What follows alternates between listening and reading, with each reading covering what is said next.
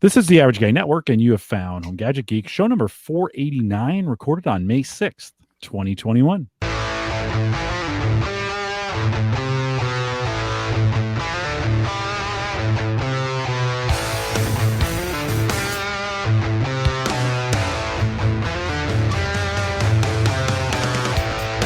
Here on Home Gadget Geeks, we cover all the favorite tech gadgets that find their way into your home. News, reviews, product updates, and conversation, all for the average tech guy. I'm your host, Jim Collison, broadcasting live from the AverageGuy.tv studios here in a beautiful Bellevue, Nebraska. But Mark, is it beautiful in Canada? That's the question. How's the weather up north? 15 Celsius today. So I don't even know what that means. Is that good? 50 Fahrenheit today. Oh, okay. Oh, that's beautiful. Yeah. But getting a little, well, actually, it's 50, 55, 55, 52, 59 for next week. We always complain in Nebraska that there's never spring, but this year it's actually been kind of those spring-like conditions, right? Which have been really pleasant. Kind of evenings, sit on the deck, good for grilling. We had snow last Friday. Yeah, but it didn't stay around very long, right? No, but it was an inch and a half of snow. Oh. Shawn Cooke is joining us, and we'll meet Shawn a little bit later. Why he's here, but Shawn, are you a winter guy or are you a summer guy? You're not far from Mark up there. Which do you prefer? Definitely a summer guy. Okay, I'm not a winter guy at all. Yeah. And do you kind of grill like all summer long? Is it like every night? What's your grilling frequency, John? I grill all year round. Okay. When I'm busy at work, summertime is my busier time at work, so I do most of my grilling on the weekends and try and cook everything I can Friday, Saturday, Sunday, and then eat leftovers throughout the week. Yeah. No, that's a great way to do it. I need to do more of that myself, where I overcook on the weekends than have that stuff available. You know, we kind of do that. We kind of do that with HelloFresh. That's kind of our, we buy the box meals and we make a couple of those a week, and there's just enough for a leftover in those. And so I kind of eat that for lunch the next day or whatever, but I could definitely do more over grilling, right? You can never grill enough, right? Over grill and then freeze it. Yeah. Although, Mark, I'll be honest with you, I've got some pulled pork that's still sitting in my freezer from, I don't know, it's been a while. I need to start writing the dates on the plastic bags, because it goes and I just lose track of it. But you know the best way to reheat that, right? Well, you can tell me. Pot of water. just to put the bag to the side of a pot of simmering water. 20 minutes. Yeah. And it keeps all the moisture in it, doesn't dry it out. Oh, that's a good idea. Yeah. So it's almost like sous vide for. It is. It's a poor man's sous vide. It's a sous vide that anybody can do. Right. Well, I the problem is I don't know how long it's been in there. Like I'm the kind of grill guy that I'll grill it, freeze it, and then I just never get back to the freezer. Early in pandemic, so like May of last year, we made a whole bunch of soup stocks. Because that's what you did. You made bread and soup, right? And I think they're still. It's been a year. Is it any good? I don't know. So I eat it. If it's pulled pork or something, or brisket, I got brisket and pulled pork in my freezer that are a year old, and I'll pull those out. Oh yeah. Shawn, are you okay with a year in the freezer? I have a lot of people that take stuff off my hands. Most of my cooks don't make it to the freezer. Okay. So you're not necessarily freezing the abundance of what you make. Okay. All right. Well, we're going to talk a little bit more about that here in just a second. Of course, I have a few show notes we're going to buy a little bit later in the show. Mark and Shawn are going to talk me into an instant read thermometer, and so we'll pick one of those up tonight. I've broken a bunch of them, and so we're going to buy that later in the show. The links to those will be in the show notes. You can find that theaverageguy.tv/HGG489 for this show. A couple reminders going forward. I said we wouldn't talk in pre-show about Bitcoin, but many of you have taken advantage of the Coinbase offer, and if you want to do that, if you want to kind of join in that Bitcoin, whatever's going on right now, which is kind of crazy, you can start by creating an account on Coinbase. Just go to theaverageguy.tv/Coinbase. After your first $100 purchase or deposit, they'll give you 10. They give me 10 it's kind of a great way to get in and just kind of discover. If you don't know anything about it, it's a great way to get started. Remember, theaverageguy.tv/Coinbase. And then if you need another trading platform for that, we also have a relationship with Bittrex. So you can go to theaverageguy.tv/Bittrex. You can trade. You can't trade everything on Coinbase, and whatever you can't do, Bittrex has the rest. Bittrex. Theaverageguy.tv/Bittrex. If you want to jump in that as well. Mike is out tonight. He is not feeling well. He got a cold. I told Mark, a what? Like, I don't even know what a cold is anymore. It's been so long since I've had one. My watch wants to tell me otherwise. But as I mentioned, Mark Robson and Shawn Cooke. Shawn, hey, welcome to your first. Mark's been here a bunch, but welcome to your first home Gadget Geeks. Great to have you here. Thank you. Thank you for having me. Give us a little bit of background on you. We're going to dig in a little bit. Mark said, hey, I've got this friend. He's making rubs, and we're going to talk about that in a second. But just give us a little 2 minutes on you, who you are, where you at, what do you do, those kinds of things. All right. Well, I live not too far from Mark, just a little town called Carleton Place, Ontario. It's about 10 minutes west of Ottawa, Ontario. And I love grilling, obviously, grilling and smoking.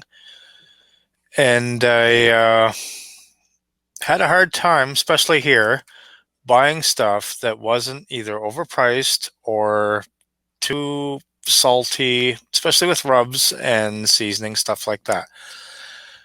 I'm not a big salt eater, so I went out and bought a Traeger, and then I bought some of the Traeger seasoning, and I sprinkled it on my chicken, and I couldn't eat my chicken because it was way too salty. Yeah. And as I started researching it, I'm like, you know what? There's better ways to do this. There's healthier ways to do it, and more exciting ways, because you can do a lot of experimenting, and you can fine tune everything to your personal taste. So yeah, hopefully we'll make a retirement career out of that. Nice. And I can get out of my current career. Yeah, we're gonna dig in on that, but let's get some stats on you. I already know Mark has a grill problem. Like Mark, what you call that a problem? I don't call it a problem. How many do you got? Like what do you have now? I have 4 right now, plus a pizza oven. Okay. And you're going to hear somebody that has more than I do. So my problem doesn't look like a problem. Well, it's sweet. Well, that's good to hear. Shawn, apparently you have a problem. You have a grill. Yes. Problem. So let's just quickly run through your grills. If you were going to get a quick inventory and start with like your favorite, if you can. Start with your favorite and work your way down. What do you the favorite is probably the pellet grill for the ease of use and the versatility of it. It's on the weekends and stuff, you want to spend time with the kids. It is great once in a while to sit and babysit a fire and just sit and watch the food cook, but most people can't do that. They work all week, they come home on the weekends. You have to balance your family time, your cooking time. So the pellet grill, you just add wood pellets, you turn it on, and you can carry on with your day and still enjoy the taste of the smoked food and enjoy family time and whatever else you have to do. It really has, like, pellet grills really kind of, how long? I mean, they've kind of come on, at least in my opinion, they've kind of come on fast and have kind of taken over and dominated the space. Mark, the growth is like this. Like it was sort of like really, really slow. And then the last couple of years, it's just shot through the roof. Yeah, everybody's picking up Traegers or Smoky Joes or Green Mountain Grills. Or, those kinds of brands. And Shawn, the reason you said is exactly what I think for a lot of folks. We've talked here about the intricacies of trying to do charcoal or even gas, which is kind of easy but kind of boring in some cases, right? And so, boy, the pellet grill market has just exploded for sure. Like, I was joking with my daughter, and because it got expensive, and she said, "I now judge everything by how many Traegers they are." This is my daughter who said this. Like, so if I'm buying a car and it's $20,000, it's 20 Traegers. So like that's it's funny because I talk about them all the time. I've been thinking about going into this. And we came out of an era where you drop I used to drop a couple $100 on a grill, and now you're dropping $1,000 or $2,000, right? But not just on Traegers. Like you look at a new Weber now, or a new Napoleon, or the store you used to go to, the barbecue store you used to go to, had I think it was a $55,000 grill called a Kalamazoo. And you'd open up the door, and it had all the signatures of the guy who built it inside the thing. Oh my gosh! So it's stainless steel gas, custom hand built, right? That kind of. But a gas grill, right? So, and I got lucky. I bought every one of my pellet grills I managed to find used. So my favorite one was like a $1,500 US grill, and I paid 500 Canadian for it. The last one I bought was 1,500 Canadian, and I paid 1,000 for it. Well, Mark, you're good at this, and you kept shipping me links for a Weber because you're like, you got to get this Weber, right? And I never did, but I probably should turn that search to pellet grills and say, look in my area, you make sure it's the right one, send me the links so I can buy it, right? That's what I want to do. So, Shawn, your pellet's the favorite. Do you have do you have any brand loyalty in there as far as what you like from a brand? Not really. Okay. My first pellet grill was a Traeger. Yeah. I did a little bit of researching, shopped around a little bit, but in my area there wasn't a large selection, so I kind of picked the best of what was available because I'm also impatient. I went out and I went like, I want a grill and I want it like right now. I don't want to wait 2 weeks or right. And I've had it for about 3 years. They've honored any problems. I've had minor little things with it, but I use it a lot, and it still works. Keeps me going. Probably 75% of people's first pellet grill is a Traeger. Like so? They're synonymous with pellet grills. Yeah, but there's a bunch of options now, right? I mean, there's more and more for sure. Yeah. I don't know how many people's second pellet grill is a Traeger, because I think the Traeger gets people into it, and then they start seeing everything that's out there. And especially in the States, you can get some beautiful ones like Pits and Spits and Yoder and some of the other really nice ones. I think Smoking Brothers is another one that are the thing you pay for them, but the things are built like tanks. Yeah. Shawn, what's number 2? What do you default out? So if you can't pellet grill, what are you using next? Number 2 is probably, I'd have to say Weber Performer, charcoal, maybe Blackstone. It depends what I want to cook. Right? Sure. Yeah. I have 9 grills total. Okay. And told you. Yeah, and counting.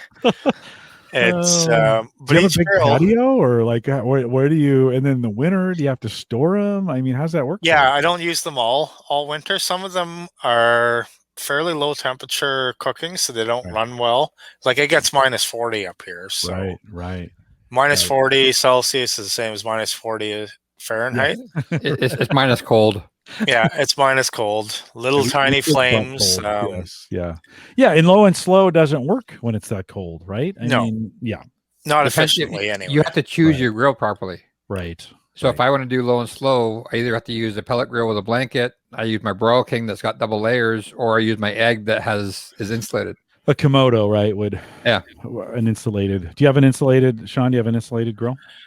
I have the Traeger I've got an insulated blanket for it. Okay. The smaller cabinet one, I wrap an old welding blanket and a moving blanket around it, but it only goes up to about 200 degrees Fahrenheit, and I keep an eye on it, and it hasn't burnt yet. So, good. I don't recommend everybody doing that, but you do what you have to do when it's really cold. And yeah, no, for sure. I remember my first winter. I was a California kid. In my first winter in Nebraska, and I was trying to grill in the middle of the winter, and I just could not, I just couldn't get the grill hot enough to even, and it does weird temperature swings, and we were on a north facing porch, and so the wind would come through. I mean, but still not as bad, I'm sure, as what you guys face there up north. So it gets cold. Yeah. But snow is actually a really good insulator. Yeah. You just build a little wall around the grill and shovel a little path, and you're good. Yeah. Do you have it's called igloo? do you have a deck or like a back patio that they're all out on? How do you, or do you keep them in a shed during the winter, or how do you manage 9 grills? Some of them are definitely in the shed. The pellet grill I keep on the deck. It's the go-to grill in the wintertime. Yeah. Most of them I don't use all winter. A few of them are off in the yard. They're not really safe to be burning on the deck. They're a little bit more chance of flare-ups and out-of-control fires. And yeah. So, but yeah, the pellet grill is about 4 feet from my door, so I can run out when it's really cold, throw food on, run back in, and I can see the temperature from inside the house. I don't even have to stand outside. I think everybody tells me that has one, like it just changes everything because you can just set a temperature. Like you're not guessing, you're not guessing on that. You can set a temp, it stays that temp for the most part, right? And then the haters will call it an easy bake oven. Yeah. Hey, and you know what? I have no. I was cutting my lawn tonight. I walked beside the house and I'm like, oh, somebody's got a wood fire going. Yeah. It was my wife lighting my pellet grill. So two things: one, she wouldn't light a charcoal pit, and she won't light a gas barbecue because it scares her. But she has no problem going out there and turning on the pellet grill. And second, she cooked dinner on it while I was cutting the lawn, which she wouldn't have done on either the other two, and it still smelled like wood smoke. Yeah, no, right on. I just, everybody says they're just drop dead easy, and so I keep thinking. I thought maybe this would be the summer I picked one up. So Mark, I'll have to get you working on the Omaha marketplace. Craigslist. Yeah, the marketplace for me so I can find one.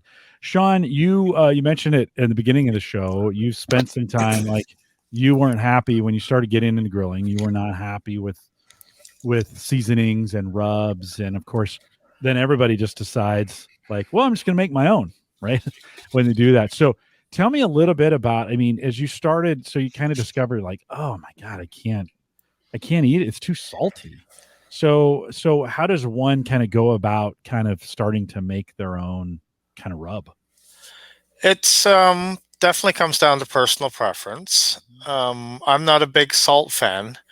I don't even have a salt shaker with salt in it. I'd never table salt. I don't put it on any of my meals. So a lot of the commercial brands were very salty, and I'm like, all right, I need to figure out how to make this without all the salt in it.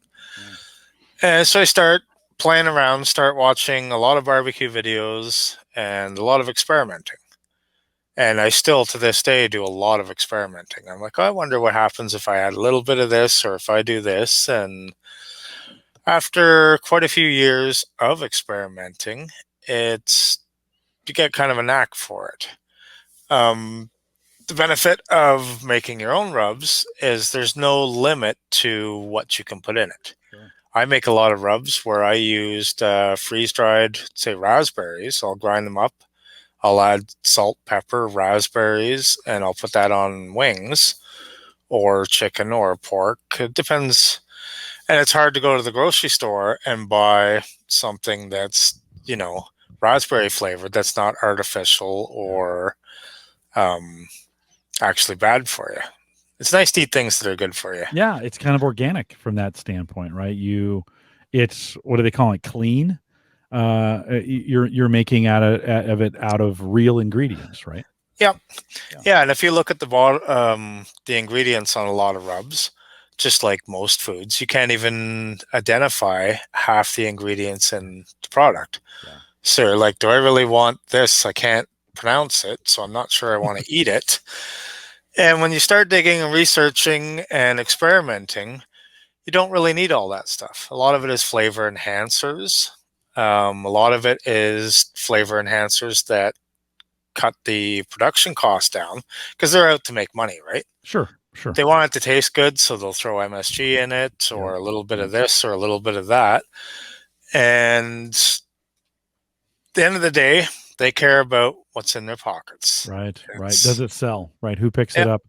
And sometimes it's about stable products. It takes a long time to get a product to market. Sometimes it may sit on a shelf for a while. And so they've got to,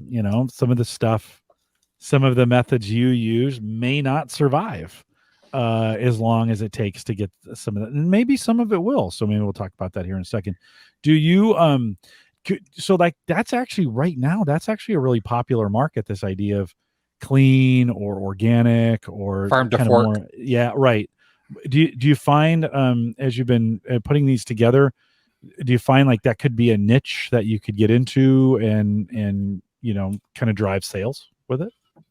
I don't really, I don't think of that as um, on the sales part of it. I Mhm. like making rubs for people to enjoy them, Yeah. and if I get rich off them, I will. But that's not my goal. My Yeah. goal Yeah. is Yeah. just like going over to a friend's place, good time, sit down, have a good meal, a good drink, a good laugh, and quality products. Yeah. They, yeah, it's nice to, I don't know. Well, I think you're onto something. I'm just going to say, I think as we think about that idea of it being there's less ingredients or having real ingredients, and then I think there's a lot of people like who can't take a lot of salt, and that's their only option if they're going to do this kind of grilling, smoking, barbecuing. They don't have a lot of choices, and I think in the future, as you're thinking about marketing this, I think as a salt free or low salt or low Yep. sodium, whatever they want to say, I think there's a real advantage there to that because I think Yep. there's a lot Oh, of folks. definitely. Yeah. I had a customer probably about 2 years ago, that I was doing flooring for them, and we started talking about barbecue, and he had a bad reaction to garlic. In Mm, any way, shape, or form, he couldn't have it at all. So that meant he couldn't have ketchup because ketchup has garlic in it. The amount of things that he could not eat was mind boggling. oh, And I'm like, yeah, I guess that many, or garlic is in that many products. So I said, well, I can make you ketchup or barbecue sauce with no garlic in it. I just add the ingredients and skip out on the garlic. yeah. Yeah. But that was a bit of an eye opener because I'm like, there's a lot of people that can't have any sugar. Right. Trying to find barbecue sauce that is sugar free, that is still tasty, is hard to do in your grocery store. Yeah. Do you have to worry about gluten at all? Does that show up? Because that's the other product. A lot of folks are gluten free. Does gluten show up in any of the stuff that you do? Some of the products do, but I try not to. Um, I try not to use them if I don't have to. Sure. Yeah. But Mm, if I do use them, and a lot of it is in the smoke flavoring. Like go mm, buy a hickory powder, which is just a flavored, like they take corn flour and they smoke it. mm. So, a little sprinkle of that in the rub it's delicious, but it's not incredibly healthy. So I do seek out, and I'm still every day I learn stuff. I'm finding new products that, you know, taste like one thing but are another. I Yeah. just discovered a powder or a fruit. It's called a lacuma fruit. And I've never heard of the lacuma fruit before. And as I started reading about it, I'm like, wow, this is a really what they call a superfood. And it's a sweetener. So they dry it out, they grind it up, just like Splenda and all these products. And it's a Mhm. natural food sweetener Hmm. with none of the harmful chemicals that, processed sugars have. Right. So Right. I think we just started buying that for home for my wife's coffee. the lacuma, Yeah, she it's found it's she not found it in a bad. bag somewhere. Yeah, it tastes like sugar. Yep. You can actually try it, and it tastes like sugar. Yeah, Hmm. it's kind of like it's an icing sugar. Like the stuff that I have it's a powdery form, but it was pretty sweet. I haven't figured out how to incorporate it into a seasoning or a rub yet, but I'm still working on it. Mark said when we were talking about having you on, he said that you've been working on getting more smoke flavoring in some of the rubs. So for folks who don't have a smoker but want that smoke flavor, they could get it through a rub like that. Are you like you just mentioned that one method? How are you doing it? Yeah. Well, part of it is I smoke a lot of the ingredients prior. So I will smoke the garlic, I'll smoke the Okay. paprika, the onion powder. Um, like I said, I can buy products that are like the smoked corn powder. A little bit of that goes a really long way. They make a liquid version, like a liquid smoke, Yeah. which is pretty nasty, actually. The powders actually taste a little bit better than the liquid does, but it's the same idea. It's just a concentrated smoke flavor. Yeah. So one of the biggest arguments, and I saw it in one of the comments here, is people think that the pellet grilling is either cheating or it doesn't taste smoky enough. It is a lighter flavor, but that depends at the temperature you're cooking. If you cook on a pellet grill at a really low temperature, you're going to get a lot more smoke flavor than you will at, say, 300 or 350. The more efficient the wood burns, the less smoke you have. So a higher temperature, you have a more efficient burn. So going with the sales trends and how popular pellet grills are becoming, I'm like, well, people are complaining that they don't have enough smoke flavor. Well, I can help add that in, the seasoning. And a lot of people that live in condominiums or apartments complexes that are not allowed to run smokers, they're limited to a propane grill or even their kitchen stove. Right. So if they make a seasoning that tastes like it came off the barbecue, just because of the smoked ingredients in it, it's not the full effect, but it's pretty close. Yeah, no, not bad. I don't know in your region, but for us here, at least in Omaha, and I think it's pretty common around the United States, apartments are going up like crazy. Like just yes, around here too. Yeah, and nuts. And so Shawn, as you say that, I'm like, oh yeah, there are my kids lived in apartments when they first moved out, and they were limited on what they could grill. My oldest son loves to grill, but he had very limited capabilities.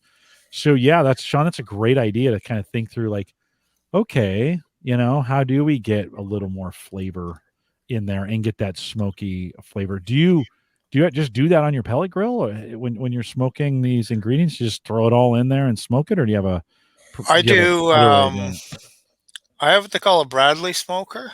Okay. Which is it smokes, or it uses little wood pucks. It looks like a little mini beer fridge. The reason I use that, and I also have a cabinet smoker, is both of those have shelves. I can open the door and put 6 shelves of different spices on. On a pellet grill or on my Traeger, it's just like your barbecue. It's one open grate. You can't put a whole lot of spices. You can kind of stack them, but the cabinet smoker, because it's I'm not cooking the spices, I just want the smoke flavor imparted in it. They both run very low temperatures.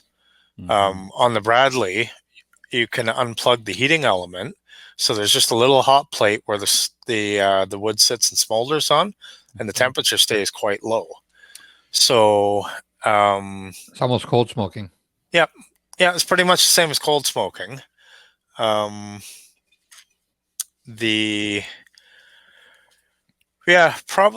the cabinet style ones, again, for the amount that I can do in one time. It's a good electric. They're discs. Do the discs, so those are the discs determine what kind of wood it is, right? So whether you get hickory smoke or whatever. Do you have a preferred smoke or wood flavor that you like for doing this, or do you experiment with a bunch of them? A lot of it depends on the flavors, or what you're smoking. I personally prefer a mixture of apple and hickory. I love the taste of hickory wood, and the apple adds a little bit of sweetness to it.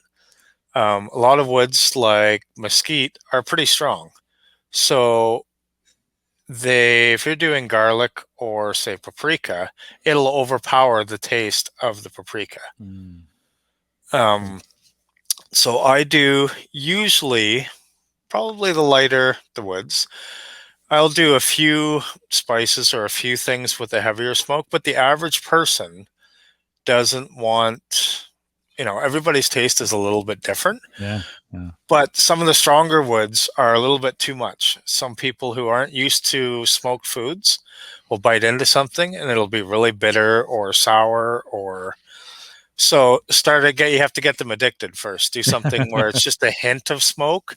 Yeah. And then as they get used to it or accustomed to the flavor, then you can increase the intensity of it. Yeah, kind of bring it on. My wife is not a fan of smoking. Like when I tell her I'm going to smoke this, she goes, "Do you have to?" You know, and I do it anyways Yep. because that's what I do. But that's not her favorite. Mark, do you have one? Do you have a beer fridge smoker? No. And okay, so and then what's your preferred when you think about wood to smoke with? What's your preferred, or what do you like to do? I tend to go for the competition ones, which are typically a mix of like oak, apple, cherry, walnut. That's probably the biggest four. I can't really tell the difference in flavors. I can tell the difference in the smoke flavor, like the sense, the smell of the smoke when it's coming out of the smoker smells different. Yeah, like I've done that before with barrel staves out of a wine barrel on my charcoal, and you can actually smell the wine coming through the smoke. But I don't know how much that went into the actual meat, but it smelled really, really good. Smelled delicious. That sounds like I want to quit the show right now and go out and fire up some of those. Just smell them, like not even put any meat on. You know, it's everybody. Like I said before, everybody jokes about the fact that it's like an easy bake oven, but I don't think that's a bad thing. I use my charcoal significantly less than I use my pellets. I'll go through probably 400 pounds of pellets a year. I've got the same 3 bags of charcoal for the last 2 years. And luckily, because right now you can't buy charcoal up here.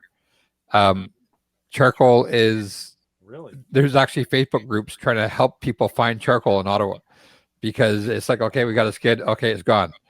But I can get pellets from a number of different places, including from Shawn. So it's I typically have 300 or 400 pounds of pellets on my shelf. Charcoal will disappear at some stores as soon as it came out, because during COVID, everybody is starting to play around with cooking outside again. Yeah, well, and sure. Charcoal is one of the big ones that went through. Yeah, lots of drinking, lots of grilling went on. I mean, I think everybody went out and started doing that for sure. I actually think I grilled less during the pandemic than, I don't know why, no reason. I just didn't. I did. Like I went down because I'm not entertaining. Yeah. Yeah. Oh, there you go. Yeah. There's only my wife and I, so we share a lot of our food. We'll cook for a lot of people. Right. Right. And then we're not entertaining. We're not cooking as much for ourselves. You were going to a lot of classes. You were like, it was very much a part. I mean, I watched you on Facebook and you'd post something and then all your neighbors would be like, okay, what time is dinner? When can I come over? Do I need to bring beer? You know, those kinds of things. Yeah. I was seeing those comments. Yeah, that store actually closed. They went bankrupt. So no more classes. But well, maybe it was a great way to spend a Friday night. Yeah, no, it's been interesting to see those habits, Shawn. As you think about kind of coming out, and I know you guys are. I say coming out of the pandemic, and yet you guys are still in lockdown right now for what's going on locally. But as you think about summer and fall, does that get you? Well, let me ask you: did you grill as much this last year as you normally would? Did you grill more? I definitely grilled less. Same reason as Mark, wasn't hosting or entertaining. Before the pandemic, on an average weekend, there would be 12 to 14 people here that I was cooking for. And now we're down to immediate family, which is 3. So those 9 extra people don't fill up the other grills. So now I got a lot of grills sitting out in the yard. It's like, oh geez, I haven't used you for 2 years. And yeah, has it given you some time to think about the rub work, or did it get set back because you didn't have as much food to kind of test it on? It definitely set back, because the other benefit of having or cooking for 12 to 14 people is I do a lot of experimenting. So I'll just whip something up on the spot and they'll be like, well, what'd you think of that? They'll be like, oh, it was amazing. And I'm like, oh, okay.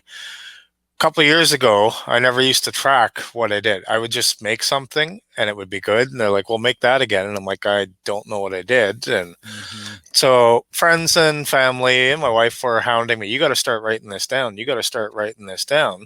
And as they started getting people, it's like, wow, make this, do this, do this. Can I have some of this? They were asking and following me around and tracking me down on Facebook. And I'm like, yeah, I should start selling some of this. And that's kind of how it took off. But it is definitely slowed with the pandemic. It is hard to be rolling forward when we're technically not allowed to leave our house. Right. You know, I have to go to a friend and I'm like, here, try this. And I'm like, but don't come near me. I'll mail it to you. Yeah. It doesn't have the same effect as sitting with somebody, and kind of like what we're doing now. It's different if we were sitting around a table eating and enjoying it as we're talking about it. Right. To me, it's just a different atmosphere. Yeah. To that point, Shawn and a buddy of his that we both know is talking about doing a YouTube barbecue tour. So go to different people's houses and actually film them doing barbecue, or get a couple of guys together on somebody's driveway doing barbecue and putting it on YouTube. Yeah. No, I think it'll be interesting to see as we come out of the pandemic, that maybe some new ideas come out of this kind of thing of like, you know, we could do things differently in a different kind of way. I don't know, you know, Shawn, when you think about, okay, so for the average guy, because that's my site. I'm the Average Guy Network, right? Yep. As we think about the average guy, and I'm going to grill some chicken on the weekend, right? And I got some chicken breasts, and you know, I've maybe in the past I've just put a little marinade on it, or some Italian dressing, or salt and pepper. Like, if you were to give some advice for folks to try something new with chicken, as far as a rub goes, or even, I don't know, do you do marinades as well? Do you marinate stuff that way, or are you? I do a lot of marinating. A lot of it depends on how I'm cooking the product. Yeah.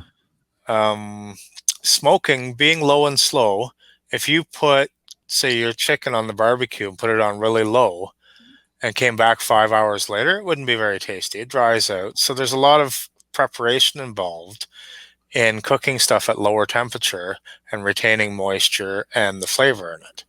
Part of that is seasoning, what they call a dry brine, adding salts to it. Will create a layer on the outside of almost like searing, and it'll help keep the juices locked inside. But as for cooking the chicken, it all depends. You know, every person is different. Yeah. I'll be in my kitchen and I'm like, oh, I'm going to throw some Greek yogurt. I'm like, maybe I'll put some orange in there and some lemon, and here, let's throw some dill pickle chips in. Whatever's in front of me, I just kind of experiment and put it in. And usually it comes out pretty good. Sometimes it's not the greatest, but what have you found recently? Like, what was something you've tried in the last 6 months that you thought, I don't know, I'm just going to give it a try, and then you were like, man, this is pretty good? What do you think? Last weekend, actually, I started playing around with smoking and flavoring different salts. So I was watching another video where he was taking like fresh garlic and he used fresh garlic, mixed it in with salt, spread it out, dried it, and smoked it. And I'm like, that's a pretty good idea. And I looked in the kitchen and I'm like, well, so I tried the garlic, and I'm like, I don't want just garlic. So I added some fresh chilies to it. And then I'm like, oh, maybe some ginger. Put that all in, and put that out in the smoker. Like a whole ginger? Did you like peel it? And I just took a chunk off and threw it in the blender. So as I was doing that, waiting for the blender to finish blending all this stuff, I looked down, there was oranges. And I'm like, I wonder what happens if I do that with an orange. So the second batch, I put a full orange. I took the zest off it, the outside peel. Sure. Took the the membrane off. I peeled it, threw it in the blender, just kept pouring salt in until it became like a paste. And I'm like, I spread it out over the grill and threw it in the smoker. So once it was dried and a little bit smoke flavored, you take the granules of the salt, and they taste like orange, like an orange flavor. Huh. I haven't figured out what to do with it yet. Well, it's like orange maybe chicken. a marinade for chicken or a marinade, but that'd be like a grilled orange chicken, which would be pretty delightful. Or cocktail dressing. Yeah. Like a cocktail rimmer. Yeah, this weekend I'm going to try it with, I'm going to do a batch with pineapple, like real pineapple, lime, and the salt. I'll smoke that until it dries down to a powder. And then I'm going to try a raspberry and a lime one. Okay, hold on. So when you say smoke it to a powder, so like what are you putting? So this is a liquid, you're blending it up. Yep. And then what do you put it in, and how long does it need to be in the smoker to get dried to a powder?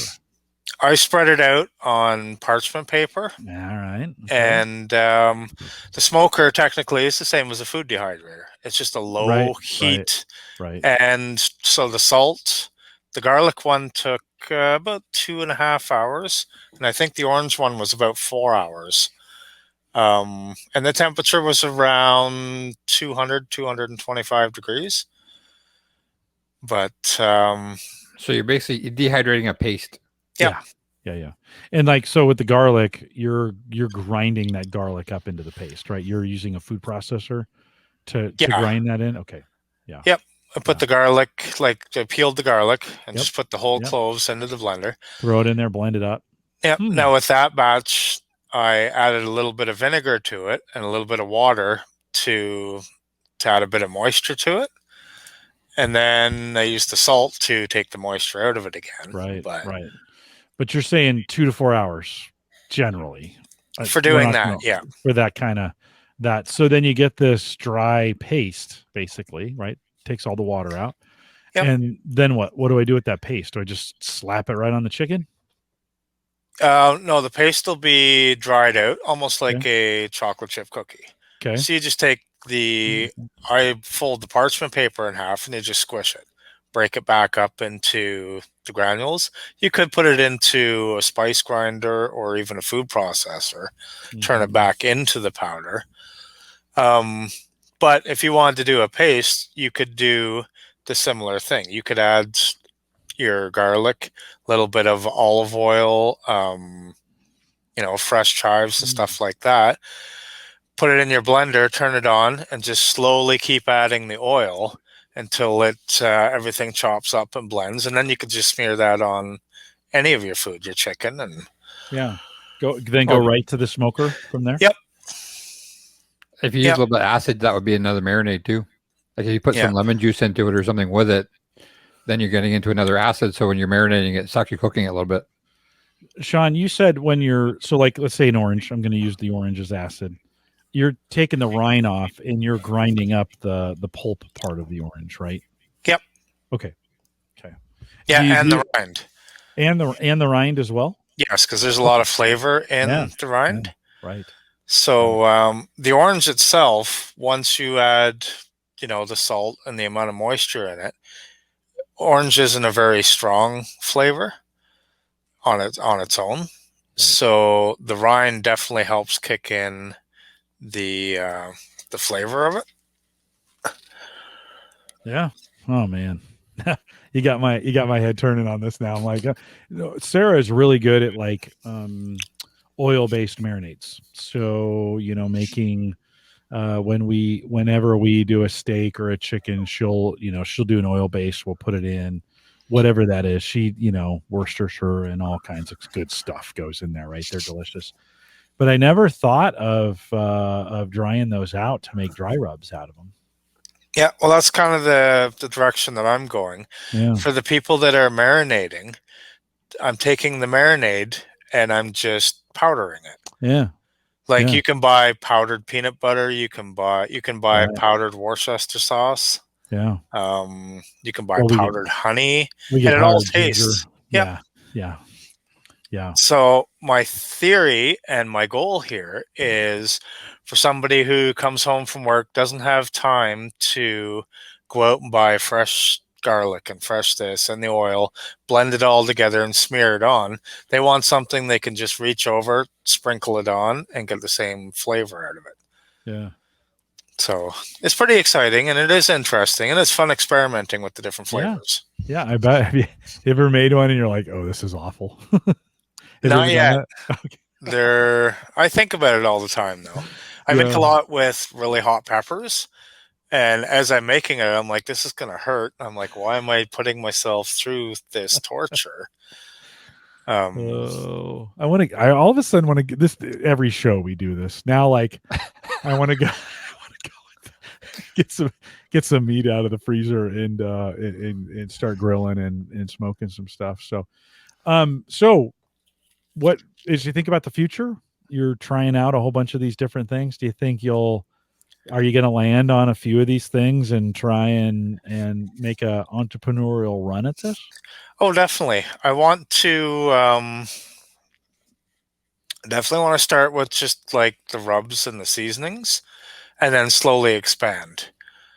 Get back into doing the sauces, do actual packaged marinades where you just kind of like what you see in the grocery store, you just pour it in and let it sit, and they're super I don't handy, know, it's right? fun, it's exciting, and hopefully open an actual like little barbecue store someday. Yeah. Where people can come in, get advice, get cooking tips, or get expert advice on a product that they want to buy. Yeah. Because a lot of grills now and everything seems to be leading to big box stores, and a lot of the employees don't really know the products that they're selling. So it's I don't know, a small town. It's nice to be able to help people buy what they actually want. And I've gone into many stores looking for barbecue accessories. One of the 9 grills breaks down and I need a part and I can't find it. And I'm like, why can I not find this part? So hopefully I'll have a little store like that where people can come in and buy stuff. Nice. Not have to search, not get frustrated. Yeah. And a lot of the stuff will also deliver. Like I do distribute the pellets, and I'll take them right to the person. So somebody's cooking on a Saturday afternoon. They're like, oh, I've had way too many beer. I'm running out of pellets. I can't go and drive. Right. I'll bring them to them. Nice. It's and it's not about the money. I know what it's like being in a position, and I'm like, oh, ran out of this, and make a phone call and it shows up at the door. It's a good feeling. When Mark calls you, right? When Mark calls you and says he's run out of pellets, is that how it doesn't happen? No. Do you make, Shawn? Do you make pellets as well then, or do you do blends of pellets or anything like that? No, I don't. I just distribute for a local Canadian company here. They're really good products. They're fresh, definitely tasty. That's a whole different ball game. All the different pellet manufacturers and companies, and what's in them and what's not in them, and some of them are a little bit deceiving. But with a really good quality pellet and a little bit of knowledge, cooking on the pellet grill is very close to cooking on either an offset smoker or charcoal, assuming it's done properly. And a lot easier. Yeah, and definitely a lot easier. It's there's a real art to holding a fire on a windy day when it's raining at 150 degrees. The temperature swings and the heat swings are up and down and they're all over the place. And as I get older, I'm like, you know what? I love smoked food, but I also love to be sitting in my couch right now having a beer while my food is cooking. Right. When it's raining. When it's nice and sunny, I'll sit out in the deck and I'll sit there and poke the fire as I'm cooking and enjoy the aromas. But it's pretty rare that I have the opportunity to do that. And I think most people are getting to that. Life gets pretty hectic and busy and kids running here and wanting to go there. So Mark, do you feel like we are, you guys are in a little bit of a lockdown at the moment, but as we think about maybe towards the end of the summer, do you think you get back into kind of a rhythm or a routine where you're doing more of that stuff? I would have people over tomorrow if we were able to. Yeah, well, you can't. But as you think about do you think people will come over? Yeah. Okay.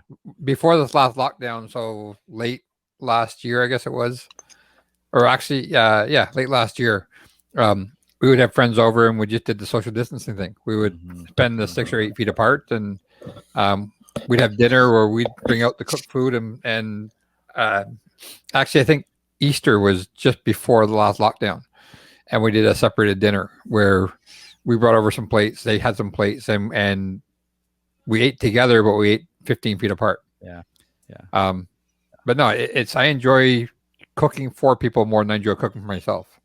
And I'll try doing opposite stuff that I just won't do for myself. It's just not worth the bother. But I did get one of the friends. We have a close family that lives 2 hours away from us. That my wife has known her for. I think my wife's known this friend for 45 years. And they're in Montreal, so we go down to see them typically once a year. They come to see us for once a year. I got him into pellet cooking last summer, and he was a diehard gas, would never go away from gas. I gave him a charcoal that I found off Craigslist 4 years ago. He tossed out his gas grill last year and went and bought himself a pellet grill because he didn't use it. He hadn't used the gas in 4 years.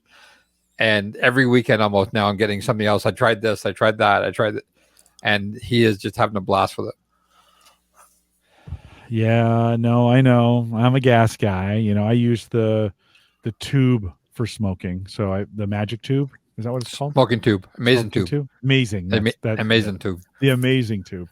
And I've gotten pretty good at it, like knowing how to set it in there and how hot to get it so it'll burn slowly all the way through. I've gotten pretty good at it, but I'm still definitely, still a grill guy. Not for any reason, but I'm just lazy. I haven't put $800 or $1,000 into a pellet grill yet. So, have you done any smoked cheese with your smoking tube yet? No, I should. I did the batch in December, and I did a batch in March, I think. Yeah. And the batch in March, I think, was 12 pounds or 16 pounds. And I'm about to start digging into that. And one batch of that was actually double smoked. So I re-smoked some stuff I smoked in November. Nice. Well, like I said, Sarah is not a huge fan. My wife's not a huge fan of smoke flavor all the time. So, I sneak it in where I can. And it's usually in the meat. Hey, speaking of meat, for you guys, have you seen a spike in meat prices? Has it gotten more expensive for you guys? We're getting cheap brisket. Well, that's good. $3 a pound for brisket now. Okay. Why do you think that is? Why is it cheaper than it was before? People know about it. Oh. It's getting more. It used to be really hard to try and find it. Now we can buy it at Costco, and most of the grocery chains have it. But yeah, overall, groceries as a whole are going up. Yeah, I saw a lot of ribs. I went into the store the other day, and there was just a ton of ribs, and so and they were cheap. I mean, there were a couple. They were not expensive at all. So on the whole, Shawn, have you seen any change in meat prices, or has it stayed kind of the same for you? Because I know early in the pandemic we were kind of worried that we were going to run out of meat. But yeah, I think a lot of it fluctuates. But like Mark said, they're definitely targeting a lot more meats, and newer cuts of meat are becoming more popular, especially for grilling. The brisket, for example, was not really a popular meat. You couldn't put it in your oven and cook it as a roast. It would turn out hard as a rock. Lots of new cuts, well, not new, but new to the grocery stores now are Brazilian cuts, like what they call picana, which is the top sirloin, or the top of the sirloin roast. And they cut it at a different angle, and it's delicious. And I'd never heard of that. And I'm like, well, I love beef. And how have I not heard about this after 45 years of eating beef, or 47 years of eating? It used to be called a butcher's cut. So the butcher would save it for themselves because they knew what it was, but nobody would ask for it. There you go. Yeah, there you go. Yeah. And like we're finding, like I'll buy brisket now and grind it up and make my own ground beef rather than go and buy ground beef. Because you make a brisket burger, a ground beef brisket burger, instead of going out and buying the ground beef to make a burger. Do you have a hand grinder, or do you do you have an electric grinder? KitchenAid mixer with the grinder attachment on it. Oh yeah. Okay. Yep. I got one of those. We've never used it for that, but that sounds delicious. It's you get the right. So I would take the 5 or 6 pounds of lean off the end of it, off the flat, and make that into jerky. Right. And then whatever's left after that, I would grind up to make brisket beef. Yeah. Ground brisket. You guys are bad for me. I'm just gonna say you guys are bad. Like every time Shawn, the whole reason we have this show twice a year with Mark is just to get like an infusion of, okay, I gotta go grill. And I gotta go grill now. We get done with this. I'm thinking, God, I wanna go grill right now. Yeah. So, well, each year it's becoming more and more tech savvy too. Yeah. Like I can turn my barbecue on and I can control it from my smartphone. I can be 30 miles away from home and control my cook and see exactly what it's doing. And it's computerized. Yeah. It's more gadgety. And like Mark said, the instant read thermometer. You stick a little pin in your food and boom, there's the temperature. Right. It's for precision cooking, it makes a world of difference. And for pulling pork off when it's done and not when it's overdone. Right. Like 145 degrees and you're pulling the thing off and yeah. That's Mark. That's if there's one thing you've taught me is how to cook for temperature. And then if I put it in, I think, oh, I'm going to give it another minute or two. That's when I pull it off. Like, and now I have an immediate reaction. I'm like, nope. If I had that thought of 2 or 3 more minutes, that means pull it off right now. It's going to rest and raise. Yeah. That has saved me, Mark. You've taught me and saved me in so many. We did steaks this last weekend. I got bacon wrapped sirloins and had the kids over, and I put those on, and I was doing just that. I was like, oh, maybe I'll give it. We were slowing them and just taking my time. And I was like, maybe I'll give it. Nope, they're off. As soon as I have that thought, they're off. And man, they were so delicious. Like it was just so. The kids were like, oh, this is awesome. And they were just little 5 ounce. That's the other thing that I have, I used to always do 8 ounce steaks, and I've started going down to 5, and it just seems to be a better portion. My wife and I'll take a strip loin and we'll split it in half. Yeah. Not that we couldn't eat the whole thing, but we tend to make it thicker steaks, but shorter. Right. Yeah, no, I've found the portion is just the right kind of the right thing. Of course, we always just buy them with, we buy them at the grocery store with bacon wrapped in there. Okay, Shawn, you mentioned a pen, so let's transition into this because a thermo pen or a instant read thermometer. I told everybody I was going to buy one on the show because I have to be quiet. I can't say this too loud. I think Sarah's in the next room. She bought a really crappy one, so I keep breaking them, right? And I've gotten a couple different kinds that haven't been really that good. Like they're okay, but they haven't been that good. In the last couple I broke. So I was like, and then she bought me one, and it's like it's not Insta. It's take as long as a month to read thermometer. Like you put it in. All your heat leaves the barbecue. It's gone. It's usually taking minutes. And I'm like, okay, I don't need this. So I told everybody I would buy, this would be the night I buy a new one. We looked at a couple products. Of course, the high end on this, and Shawn, you're a big fan of ThermoWorks and these ThermoPens. $100, really great pens. Yep, the MK4. I'm not sure. I don't know if I see that displayed. Yeah, the blue one. Yep, this blue one right here. Okay. Yep. Because they have the classic and the MK4. So the classic, the differences between the classic and the MK4. The classic one is water resistant. It's not waterproof, and it doesn't have the backlight timer. So if it's getting dark out, you won't be able to see the light on it. So the MK4 is actually waterproof and has the light, like the background light. There's also the thermal pop too. I have one of those too. Thermopop? Yeah. If you under shop again. Okay. Yeah, they were the little round guys when you went to the Yeah. homepage. I think they were on the homepage. Okay. Let's go back. Thermopens. We'll go the back. This one right here. These? No, that's a different one again. Oh, okay. Similar to that, though. I don't know why I didn't think about looking for that before. No, that's all right.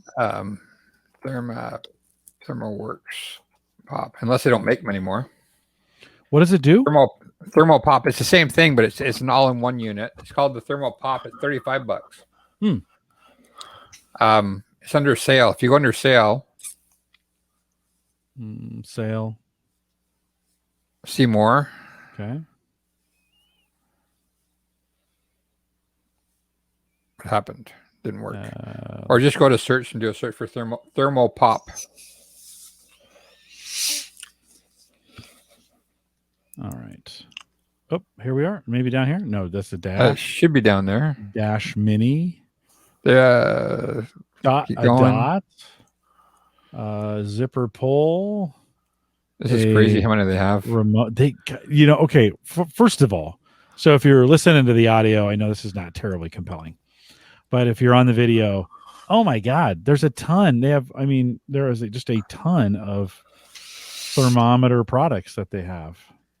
I just sent you the link in the private chat. Oh, okay. Let me go over there and I'll grab that. Well, let's see. No. Okay. Let me grab this link.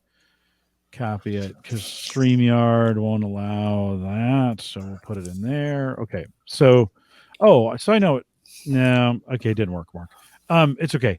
I know what you're talking about. It's really just a very, very, very small looks like a lollipop. It's Thermo Pop because it looks like a lollipop. It's backlit and it's splash resistant. Okay, there we go. So 35 for these. So we're at 99, 89 for the non-lighted version of it. They've got a Thermo Pop at 35. And that's 3 to 4 seconds. Right. Which is similar to what you're about to see right now. So then you also said, well, I could go with an Inkbird instant read from Amazon, $23. And those are regularly on sale. And you say they're on sale. Well, this one's 30 on sale for 23.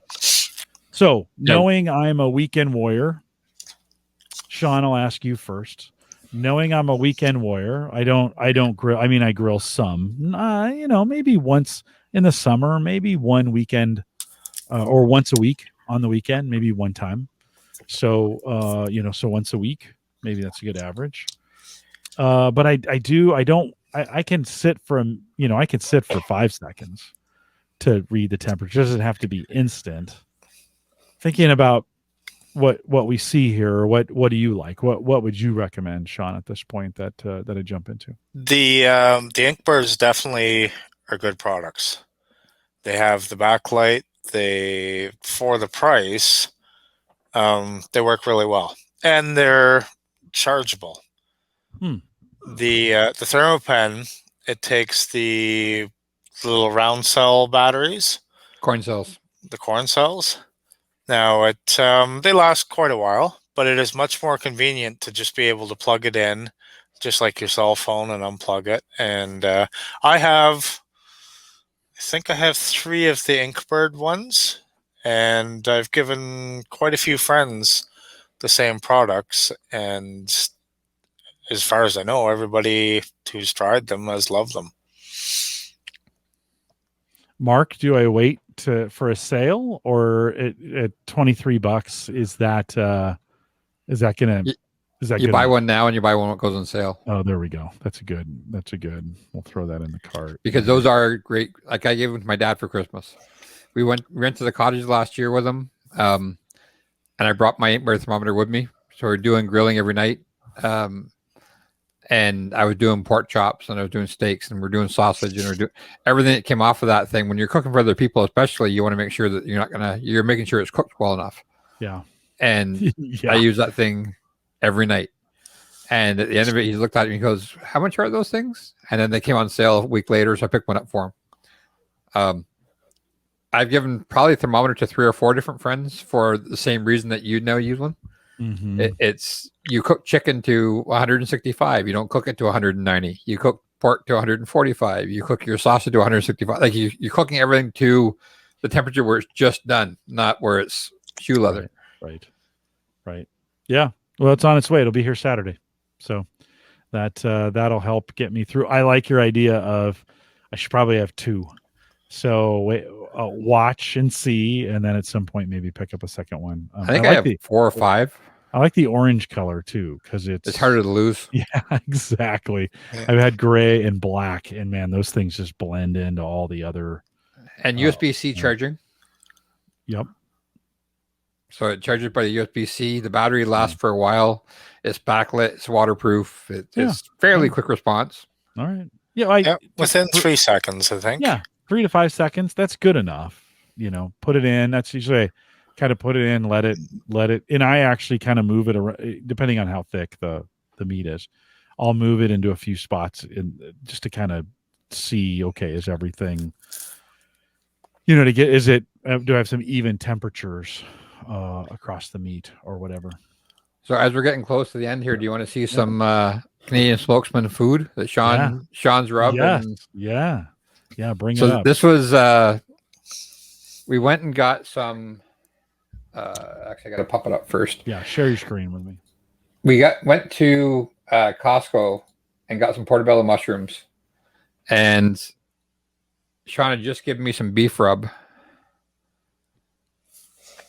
Now, you guys, Shawn, you guys are you're like in a Facebook group that's how you guys met, is through a Facebook group around pellet grills. Pellet grills, okay.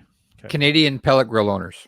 Nice. So it's a group because Canadians have to have issues that Americans don't have, like the price of pellets, the price of brisket. I think we're 5,500 members now, and everybody on there is Canadian. So it's if you're not, you don't get in. You have to be either live in Canada or be a Canadian citizen, or you don't get in. Nice. So these are portobello mushrooms that are stuffed with herb and garlic cream cheese, then wrapped in bacon. And then let's see if it won't let me actually if I do this. And then wrapped in bacon, then dusted with Shawn's beef rub, Canadian Spokesman beef rub. And it ended up making like a cream cheese mushroom gravy with garlic and herbs. It was a complete experiment that was phenomenal. You had the crispy crust on the outside. You had this gooey cream cheese mushroom gravy came out of the middle of it. Just go through a couple of the other pictures I got here. No. That was my smoked cheese. So I think that was 4 different types of smoked cheese, or 5. Smoked. That was a pulled pork sandwich that we did this spring. Was that a Tito drink? That was a Caesar. Which is what? It's a Canadian thing. It's a very Canadian thing. It's a Bloody Mary with clam juice. Oh, yikes. It's a Caesar with tomato juice. It's phenomenal. Oh my God. Okay. So tomato juice is a big thing up here. It's massive. Yeah. But every region's different, right? They make it a little bit different. Is that right? It's like chili. Everybody's got their own recipe. Yeah. But the problem is when you buy this stuff, they sell them in half-gallon jugs. So once you open up a half-gallon jug of tomato juice, you got to drink it fairly quickly. You got to get it done. I think I heard Brian Regan. I think he came up and did a HBO comedy special in Canada. Maybe it was Jim Gaffigan, one of those guys. And I think they were talking about that drink and how different it is. Yeah. So this is one I can buy at the LCBO, the local liquor store, and it's pre-done, and it's a half liter can. So I don't have to mix anything. Like I used to be known for my Caesar. It would be like 15 ingredient Caesar. Now I have one I just buy that I just drink, but I don't have to open up a half-gallon jug every time to make it. I like how Shawn said it's a Canadian thing. It's you can't buy it in the States. Like hockey, it's a Canadian thing. It's like Tim Hortons. That was a massive T-bone that we bought. We find we do this a lot more with steaks now too. We buy a big steak and then chop it up into pieces, and then we have 6 pieces of steak on our plate. Yeah, it's a good way. It's a good way to do it. How are you cooking the potatoes there, Mark? Those are Jamie Oliver's roast potato recipe. Okay. So that's a hot pan with lard or shortening in the pan, heat it up, and then super healthy. This is my wife's recipe that she does. And then you boil the potatoes, and then you do what's called fluffing them, which you basically put them in a bowl and toss them around so they get all little fluff edges on them. Yeah. And then put them onto the hot pan and cook them for about 30 minutes. They look delightful. They look like little potato chips. They're crispy and they are not healthy at all, but they are delicious. Yeah. We just on the other end now. I just grilled some potatoes the other day. We just cut them up, olive oil and some spices and stuff, and then tin foil on top of the grill and put them in for an hour. And like at 300, and didn't turn them for about 20 or 25 minutes. So one side got got crisp. Yeah, very crisp. And man, those things. And then we turned them and got them brown on the other sides. And so good. A little rosemary on top after we pulled those out. I think those potatoes were cooked at 465 in lard, like in a pan of lard. Super healthy. I like super that. Healthy. Shawn, are you a potato guy? Do you also love figure potatoes. out all kinds of different ways to get potatoes in your diet? Almost every day. Yeah, I love potatoes. Yeah, slice them, dice them, fry them, mash bake them, boil them. Yeah.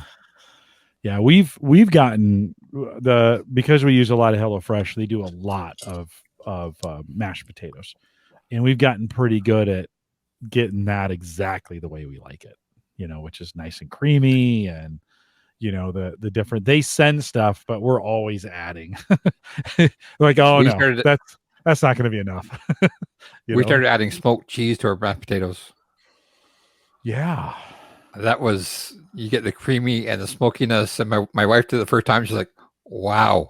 Yeah. And it was only like one of those bricks of cheese. It was only a half inch by whatever the height is, 3 inches that we grated up.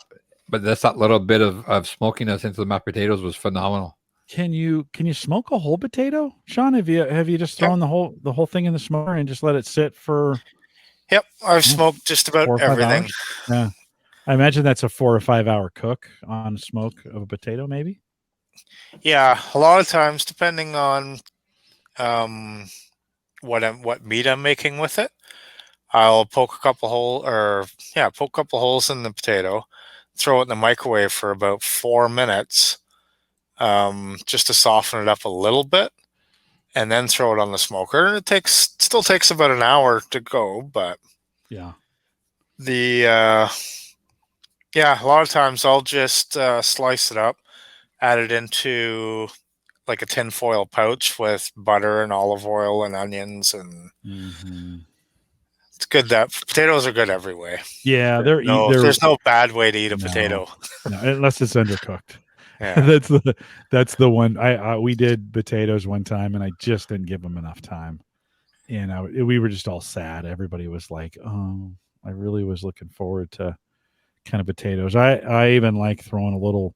If you get them at the very end, get them nice and hot, and then throw a little bacon on top of them and let that sizzle. When you get your new little thermometer, 212 degrees Fahrenheit, and your potato is done. Well, that's good to know. That's a good. Okay, 212. 212. That's the perfect finished potato temperature. Yeah, it seemed like it's funny that you mentioned that. It seems like the other day I was cooking something non-meat related, and I asked the girls, we were at dinner, and I said, do you think there's a perfect temperature for that in the grill? And I'm trying to remember what that was. Well, 212 is the boiling point of water, isn't it? Yeah, 212. Yeah. So what did you, Shawn? You said 212. 212. 212. Yeah, 212. Okay. I think. Yeah. Well, that makes sense. I can't remember what it was, but I remember thinking it was something non-meat related, and I was like, I wonder what we could measure that to make sure it's done. Maybe it was potatoes. Maybe it was, because I think I was doing some potatoes in the oven, and I thought, I wonder what those need to be to make sure they're done, because I've certainly undercooked them in the past. Shawn was talking about poking things. I was trying to see if I could find a quick picture on Facebook of how he does testing of his brisket. Because he pokes it with chopstick. Yeah. Talk about it, Shawn. So the brisket should be cooked to texture, not by temperature. So what happens is the meat is cooking, the fat starts to break down, become liquid, and that's just like a slow cooker. When the meat, you can all pull it apart and it just shreds and falls apart on your plate. When I cook a brisket, the easiest way to tell when it's done is I take a big plastic chopstick and I slowly push it into the meat. So if it slides in and out like a hot knife in butter, then it's done. That's one of the hard parts or misconceptions, I guess, with looking online and following a lot of recipes off of the internet. Right. Is everybody has a different recipe. Everybody will tell you a different temperature. And some people find that overwhelming or confusing. Is that the video? Yeah. Oh, yeah. Yep. So if it just slides in. Yep. It just slides in like butter.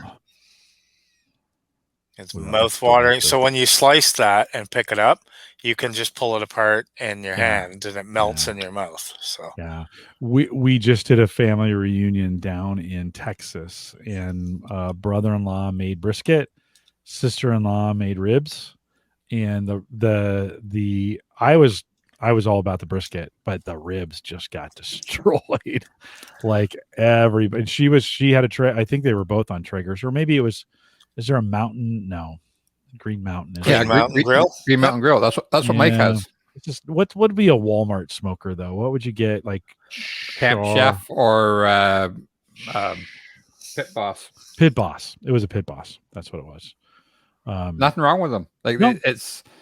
A friend one time, a long time ago, said the best camera you have is the one that's with you. When you're trying to justify why iPhone cameras, when they first started out, were the best ones, better than the camera. Is it? Oh, go ahead. Sorry, Mike. The same thing is true for smokers, right? A pellet grill is a very simple device that gives a hot rod to start the flame, a fan to keep the flame running, and a constant feed of pellets. Right. So if you want to buy a $300 pellet grill, buy a $300 pellet grill to get going with.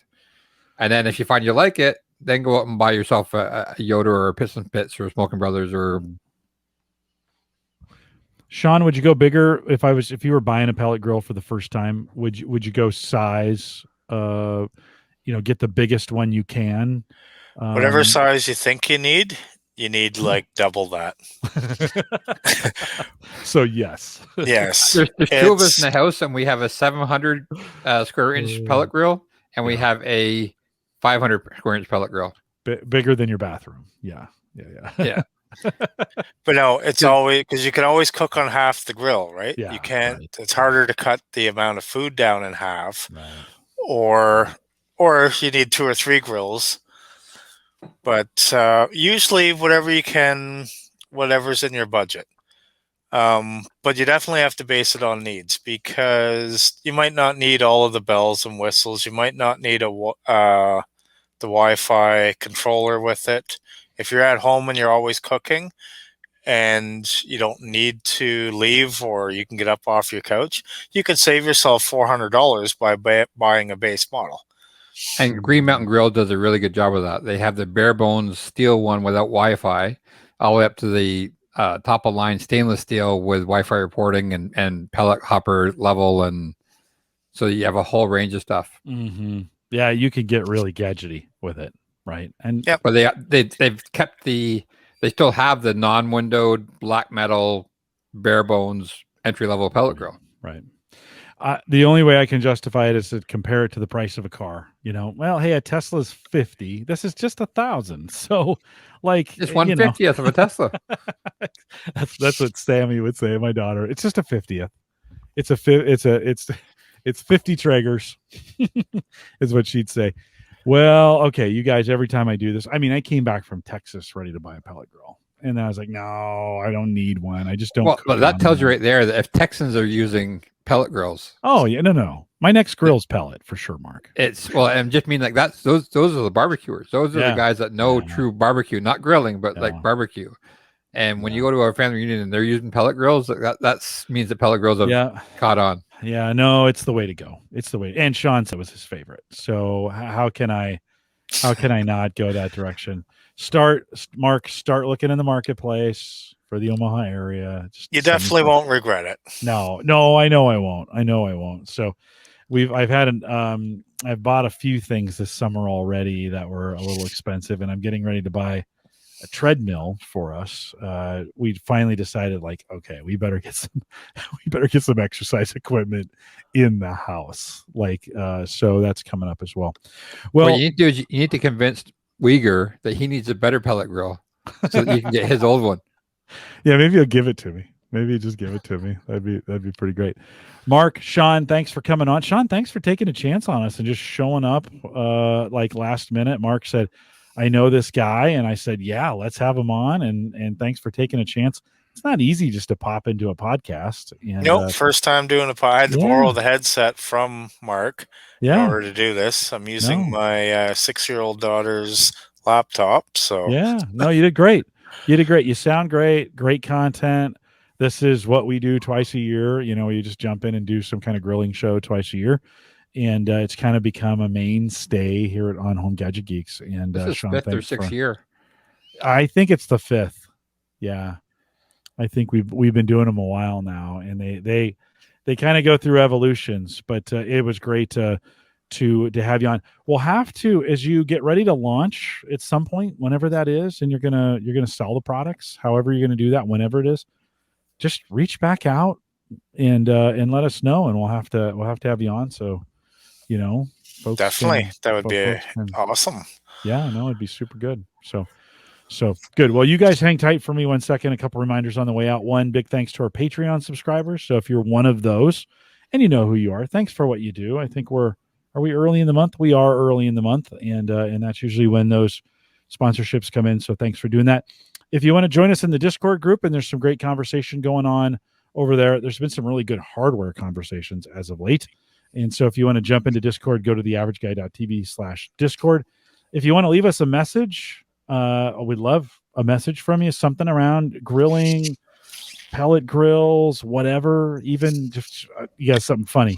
Head out to homegadgetgeeks.com. There's a mic in the bottom right-hand corner. Click it. You got 30 seconds. Leave a message for us. We'll play it on the show. If you want to contact me, send me an email, jim@theaverageguy.tv. We'll get Mike back next week. Dave McCabe is joining us next week, Mark. And so he's got a new hobby. If you've listened to Reset, you kind of heard about it. So he just recently a new Reset where he interviewed me, I think back in 1999. It was a long time ago on Reset. And so Dave's joining us next week to talk about his new hobby, which is just as expensive as all his old hobbies. He doesn't go into anything half-hearted. No, he doesn't. And he's making some really nice stuff. So we'll talk about it, full pictures next week. I'm here. And then don't forget the AverageGuy.tv platform, both web and media hosting, powered by Maple Grove Partners. Get secure, reliable, high-speed hosting from people that you know and you trust. And, of course, that's Christian. Plans start as little as $10 a month to get everything, basically. He does a great job. Visit maplegrovepartners.com. We are live every Thursday, 8 p.m. Central, 9 Eastern, out here at theaverageguy.tv/live. We want to thank you for joining us live. We'll do a smidge in a post show. So if you're listening in the live audience, thanks for doing that. If you're listening to the recorded podcast of this, come out and join us live, for God's sakes. Jeez, just once, come out and join us live. We'd love to see you here and join us in the evening. For those that did join us, I think Ken and Brian, Justin, Joe, thanks for coming out tonight, guys. Appreciate it. We'll see you next week. With that, we'll say goodbye, everybody.